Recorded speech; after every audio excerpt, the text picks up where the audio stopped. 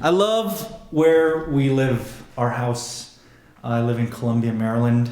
It's one of the first planned suburban communities. And one of the things that they focused on was, is that not true? Is Reston first? Did I just screw up? I'm sorry. It was like the second planned suburb.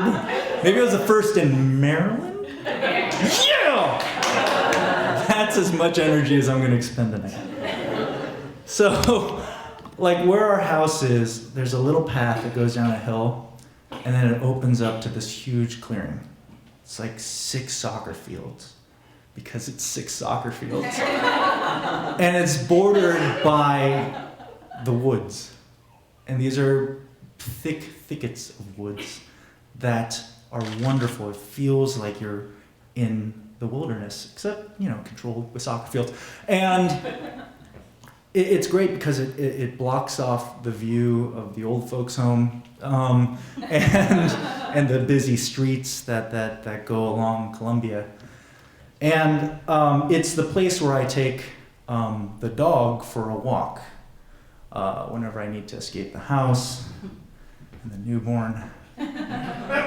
My wife has a dog that lives in my house.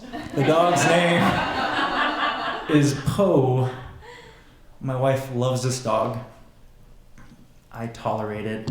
It's like 90% not a nuisance to me, but she loves this stupid beagle mixed dog with the big floppy ears and stupid beagle face.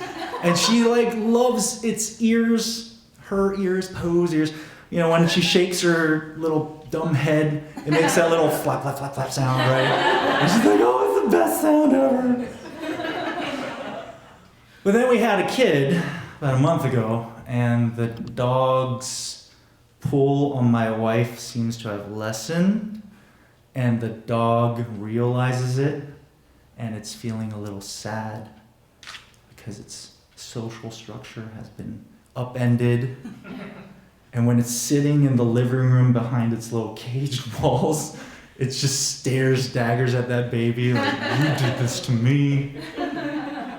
And so I'm a little bit closer with the dog because the baby has changed my life too. I'm a little bit resentful of my kid, okay? I'll be honest. I really am. Because right now, I'm supposed to love this kid. Even though all it does is it eats and shits. That's all it does. It does nothing else. It does not, if it's making eye contact with you, it's just because you're a moving thing in its world that it does not interact with. So the dog and I are outside walking around the perimeter of the field. It's like right when the sun is starting to come out, it's early morning. It's very, very quiet. And the little birds are chirping. That's one of the best things about my house is that I have those double pane windows so I don't ever hear the birds. But this morning it's nice because there's a little fog, birds, quiet. And I'm kind of shuffling around because I've been awake since 2 a.m. Because I, being a modern, loving, supportive husband, when I go to bed, I always say, hey, wake me up if you need anything. And my wife always takes me up on the offer, even though I'm just trying to be polite. 2 a.m, she comes in and she just kind of shakes me awake with her elbow, because she's holding the kid, and then she just thrusts it into my arms and says, put it to sleep. And the baby has that, she had just eaten, engorged. We call it drunky milk face, right? Just, And so I'm like, okay, that's fine. Take the baby downstairs, rock her a bit. She falls asleep for 15 minutes. And then until 6 a.m, we're playing the game of what's making me cry? Diaper, no. Pee, I don't. Should I make funny faces? I don't even see you. Just cry. Awesome times. I love that kid. At least it's cute. It's my daughter is an interracial child, right? And she is gorgeous, which shows that certain racist things are true. Interracial babies, cute. Who knew? I shouldn't have done that joke. Hi, camera. I hope you never see this, baby Aubrey. Your father's a racist. All right. Whatever. I've seen ugly interracial babies. It's not. So anyways, all right, so I finally get the baby to sleep. Wife comes down, rested and happy, takes the baby away, and then she says, walk the dog. So I'm like, great, I gotta go to work. But sure, let's go, dog. And we're shuffling around the perimeter of the field, and I am tired. I don't know what is happening. Nothing, I hear birds, I see stuff, whatever. Dog is the same, it's the same attitude. She's like, why are we here? I don't understand. Nothing makes sense in my world anymore. Poor dog. And so I was like, you know what? It's early. There are birds on the ground. Go be a dog. Go enjoy nature. And she's like, no. And I was like, come on! So I do something I've never done before. I let her off the leash. You know what's gonna happen. So I unhook her, and she looks up at me. She shakes her head, makes a little slappy noise. And she looks and she looks at me like she's saying, are you sure about this? And I smile back and go, yeah. She takes a couple steps, looks back at me, says, really? Go. She takes off.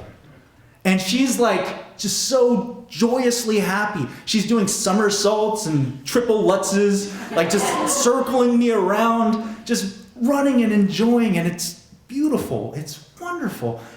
And then she sees a bird, and she chases the bird, who is a little asshole sparrow, and sparrow like flies directly into the woods, and it picks like the most like ominous part of the woods. It was like these dead branches that form like a little, if you watch True Detective, it looked like Carcosa. It was like the gateway to certain peril.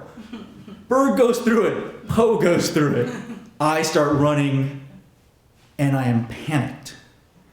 I get to the opening, I say her name as loud as I can.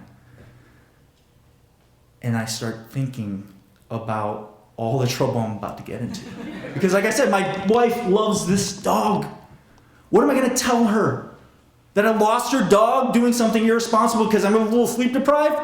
Like, what if the dog goes and gets run over? What if it gets lost forever, eaten by a bear that's in planned communities? Yeah, what if the dog, even worse, what if it's scooped up by an old person at the old folks' home and I never see it again? She's such a sweet dog. What happens if, like, I can't control anything anymore? Like, I go back home, my wife starts to cry, babies start crying. When I was staying away with the baby, she had developed a cough. She's starting to get sick. What if the baby dies? What if she never sleeps again? I can't take this anymore. And that's when I hear a little flap, flap, flap, flap.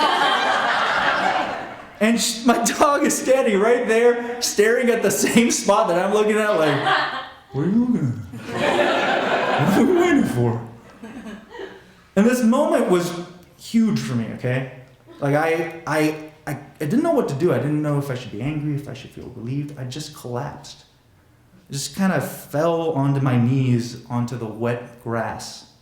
And then I just laid back down onto the wet grass, and I felt the little leaves of grass hitting the back of my neck. I just closed my eyes, and I heard the birds, and I heard the wind going through the branches, and I heard my dog start to lick her crotch. She does, it's just favorite thing to do. And I think that's what nature is, for me at least, okay? Nature is that time that you get to kind of unplug and think. And as I got up and I walked with my dog back on the leash, back to our house, I thought to myself, you know, we're all just animals, and we all just want to connect. And I walked back into the house, and I heard my baby crying, and it felt like, to me, it sounded like the song of a bird. Thanks.